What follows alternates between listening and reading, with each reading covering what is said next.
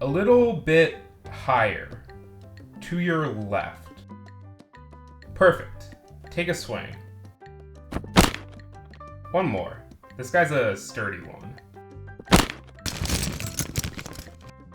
You have probably seen this scene before. A blindfolded partygoer attempting to break open a piñata.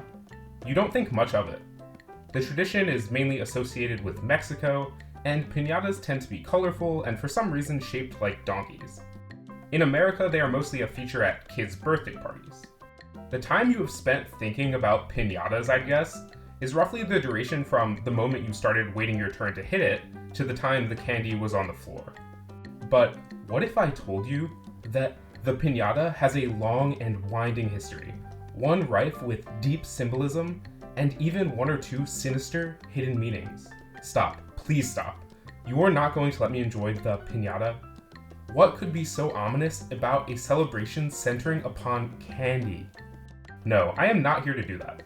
Rest assured, you can still enjoy the piñata. In fact, you may even enjoy it more, knowing its complex history as a symbol of good harvests, a tool of colonization, and even as a beacon against the forces of evil. This, piñata lovers, is the globe-trotting epic which brought us your favorite candy-filled, colorful donkey. Let's start at the beginning. Where was the earliest documented occurrence of a piñata? Like the answer to many a question of where something first started, we have to go back to ancient China. The Chinese calendar divides the year into 24 so-called solar terms, which are based around the changing of the seasons and serve as a guide for farming. This distinction emerged sometime around 1000 BCE, during the Zhou dynasty. Li Shun, otherwise known as the start of spring, is the first of these terms. During Li Shun, Chinese farmers would take part in many traditions, including eating radishes and making spring rolls. Another of these ancient practices, called the Dashunwei, involves an earth-crafted statue of an ox. Village people would go about beating this ox with a colorful club or whip in the hope of dispelling laziness and ushering in a good harvest. Sounds familiar, doesn't it?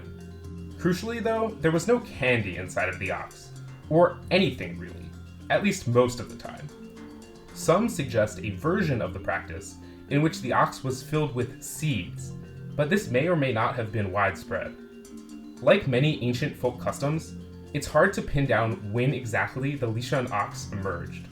However, many curious about the piñata's origin have made the vague claim that Marco Polo observed this ox-beating tradition during an expedition to China in the late 13th century. But there's not really good proof of this. None of his primary accounts describe any such ritual. Still, it stands to reason that either Polo or another early European traveler, probably an Italian, witnessed some version of the spring ox and brought the idea back home. The Italian version of the concept dates back to the 14th century. By this time, we start to see references to the term piñata, which means fragile pot, specifically in reference to a new sort of game. In this game, participants would attempt to shatter these pots, which were made of clay and filled with candy, jewelry, or trinkets, in order to release the contents. The term piñata itself actually tells us something about the object's shape. The Latin prefix piña indicates a clustered flower form, like that of a pine cone or a pineapple. Yes, these prefixes still exist today in English.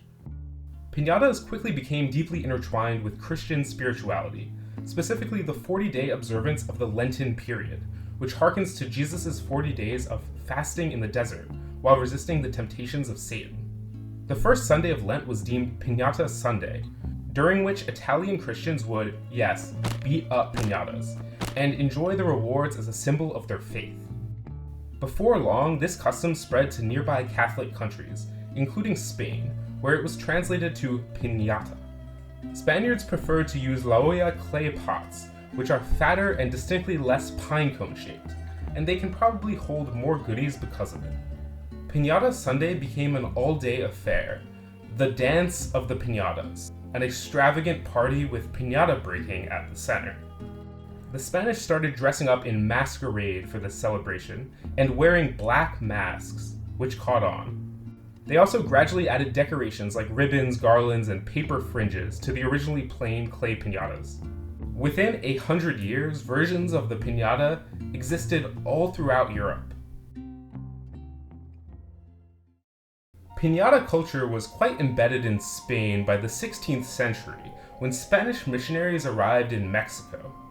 These religious men no doubt would have celebrated with piñatas since childhood, and probably saw it as core to their Spanish identity. So they were in for quite a surprise when they saw indigenous Mexicans doing what appeared the exact same thing. Yes, the Aztecs had their own version of the piñata custom. To commemorate the Panquetzalitzli, the 13th month of the Aztec calendar, and celebrate Huitzilopochtli, the god of sun and war.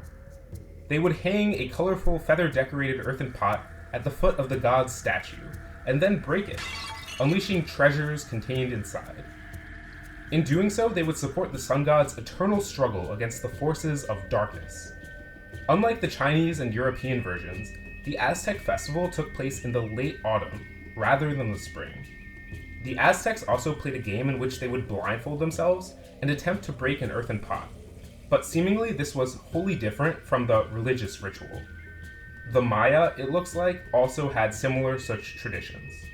Though most accounts today suggest that Spanish missionaries and conquistadors saw Aztecs practicing similar rituals and decided to share their own version, this is almost certainly a rosy, highly revisionist version of history.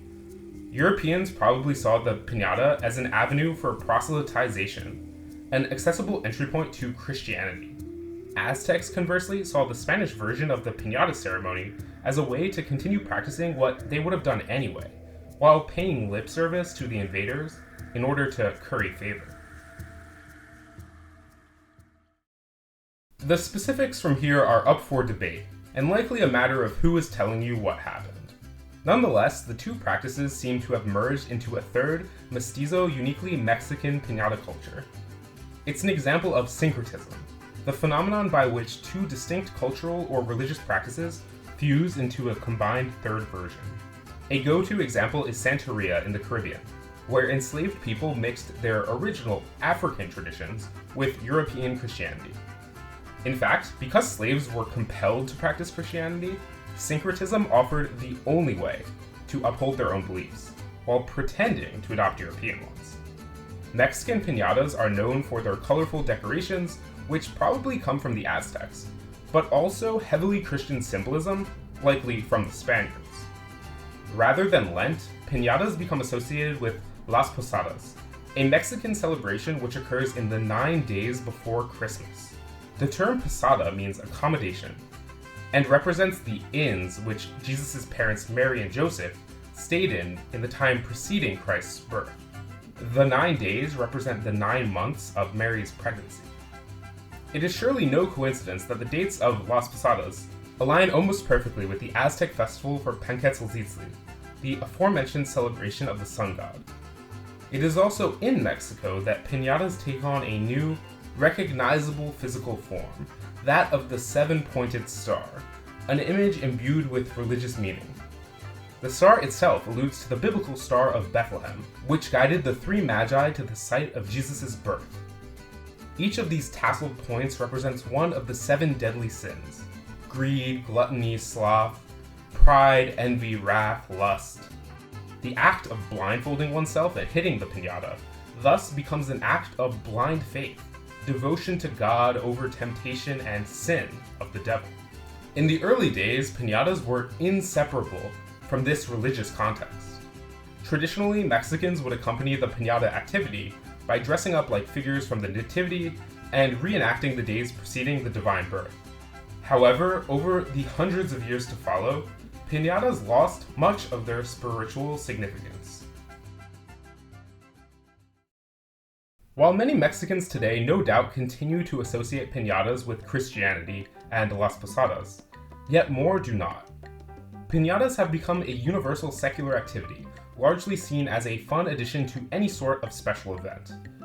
Inside and outside of Mexico, They are especially popular at birthday parties. Traditionally made out of clay, piñatas nowadays are often constructed with cheaper and safer paper mache. And they now take the likeness of cartoon characters, sports heroes, and even politicians. Like most things, they have been highly commercialized.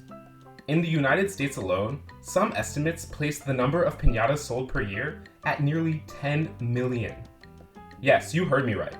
There are piñata millionaires out there. So, next time you take your turn, cheered on by an audience of friends and family hoping to see you make a fool of yourself, take a deep breath. Ignore all that noise, focus on the subtle rustle of the glued-on piñata frills flittering in the air. Locate the target in your mind's eye. Square up. And as you prepare to swing, recall for a moment what exactly hitting the piñata represents to you. Whether that's an ongoing struggle against the forces of evil, or simply nothing at all. Whatever the case, take pride and remember that you, just by swinging, are adding yet another brilliant page to the long, long history of the piñata.